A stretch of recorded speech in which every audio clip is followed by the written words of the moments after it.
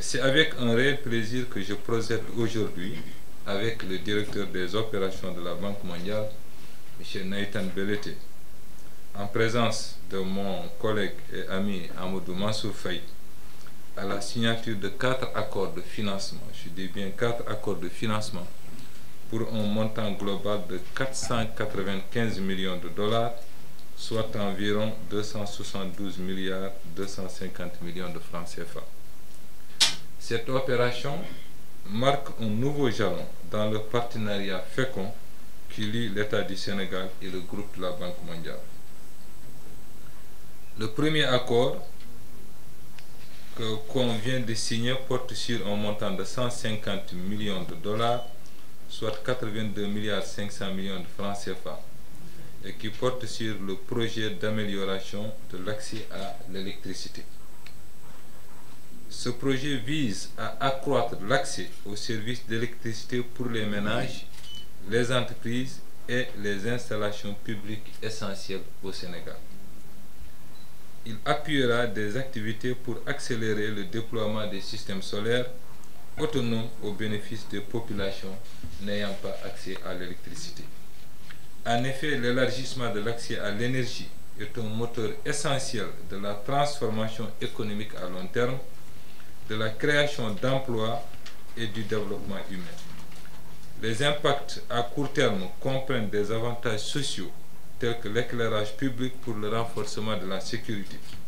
Ces avantages sont des objectifs cruciaux, particulièrement pour les femmes et les filles des zones rurales qui supportent une charge importante en raison des difficultés d'accès à l'énergie.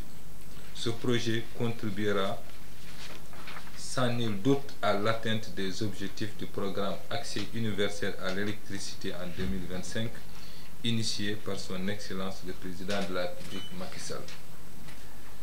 Mon cher collègue Amadou, Monsieur le directeur des opérations, le deuxième accord concerne le projet d'amélioration de la connectivité dans les zones de production agricole au nord et au centre.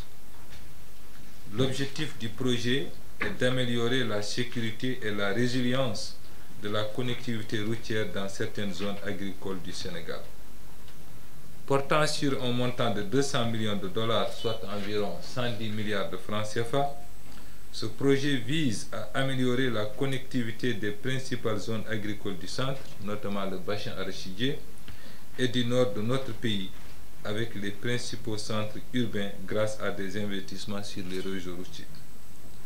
Je n'en dirai pas plus puisque mon collègue Amadou Mansour Faye vient d'expliciter le projet dans tous ses contours avec beaucoup de dextérité. Concernant le troisième projet, il concerne le projet d'amélioration de la performance du système éducatif en Wolof Pare Souba pour un montant de 100 millions de dollars, soit environ 55 milliards de francs CFA.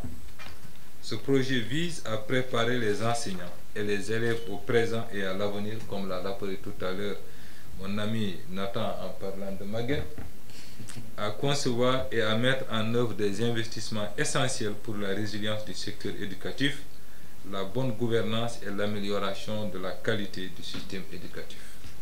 Sous l'impulsion de son Excellence Monsieur le Président de la République Macky Sall, le gouvernement met en œuvre son programme décennal de développement du secteur de l'éducation, le programme d'amélioration de la qualité, de l'équité et de la transparence dans l'éducation et la transformation paquet. Le paquet a été conçu sur la base d'une approche sectorielle combinant la planification des investissements et des dépenses récurrentes ainsi que des réformes politiques visant à réaliser des objectifs du gouvernement en matière d'éducation, y compris la réalisation des objectifs du développement durable correspondants. Le quatrième projet concerne le renforcement de la cohésion sociale et de la résilience des communautés en Casamance. Ce projet est financé à hauteur de 45 millions de dollars, soit environ 24 milliards 750 millions de francs CFA. À travers cet investissement dans les régions de Ziguinchor, de Kolda et de Sédhiou, le gouvernement vise à construire des systèmes de gouvernance locale inclusifs qui fournissent des services et des infrastructures locales résilientes au climat dans des communautés ciblées en Casamance. Monsieur le directeur des opérations, je ne saurais terminer mon propos sans vous demander de bien vouloir transmettre aux plus hautes autorités du groupe de la Banque mondiale la reconnaissance et les remerciements du gouvernement sénégalais pour cette coopération particulièrement féconde et de qualité et cette grande marque de confiance que vous faites à notre pays. Je vous remercie de votre aimable attention.